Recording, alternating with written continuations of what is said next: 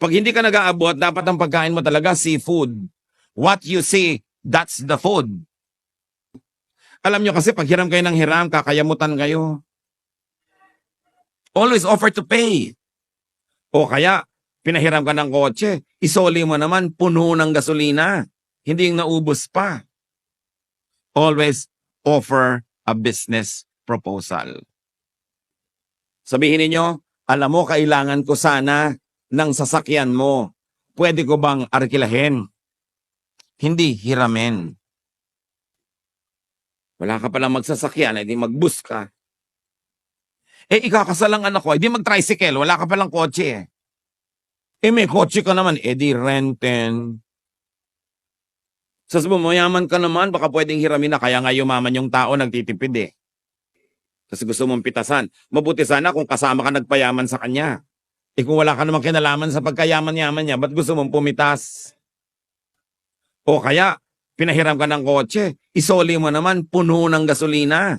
Hindi yung naubos pa. Yung driver niya, bayaran mo.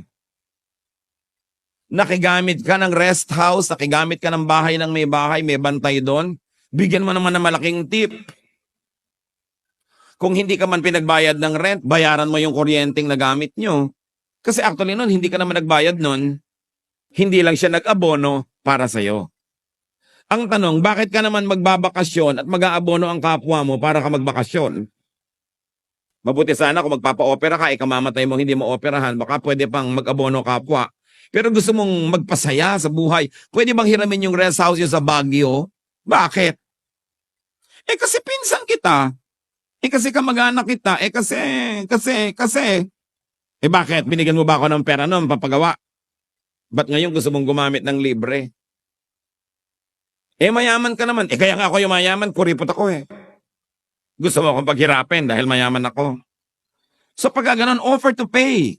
And when people don't like you to pay, at least offer. Sige, yung mga kuryente man lang, yung magbibigay man lang ako para yung floor wax mapalitan, yung gagastusin naming tubig, yung lalaban ng mga kortina at bedsheet, malaban naman, hindi na kayo mag-abono. Alam nyo kasi pag hiram kayo ng hiram, kakayamutan kayo. Always offer to pay. Ang hindi lang nagbabayad, yung sobrang bata, sobrang tanda, o sobrang may sakit. Lahat nagbabayad na. So, matalino si Solomon, hindi nang hingi. Take note mga manghihingi Pag lagi kang ganyan, pagsasawaan ka. Dapat laging may tumira ka sa bahay ng may bahay. Nung umalis ka, nagregalo ka ng isang bagong complete bedsheet. Para naman yung niluma mong bedsheet mapalitan. Darating ka, oras ng pagkain, lagi kang may mga dalang prutas, grocery. Hindi yung dala mo lang empty stomach. Walang matutuwa sa'yo kahit sarili mong nanay.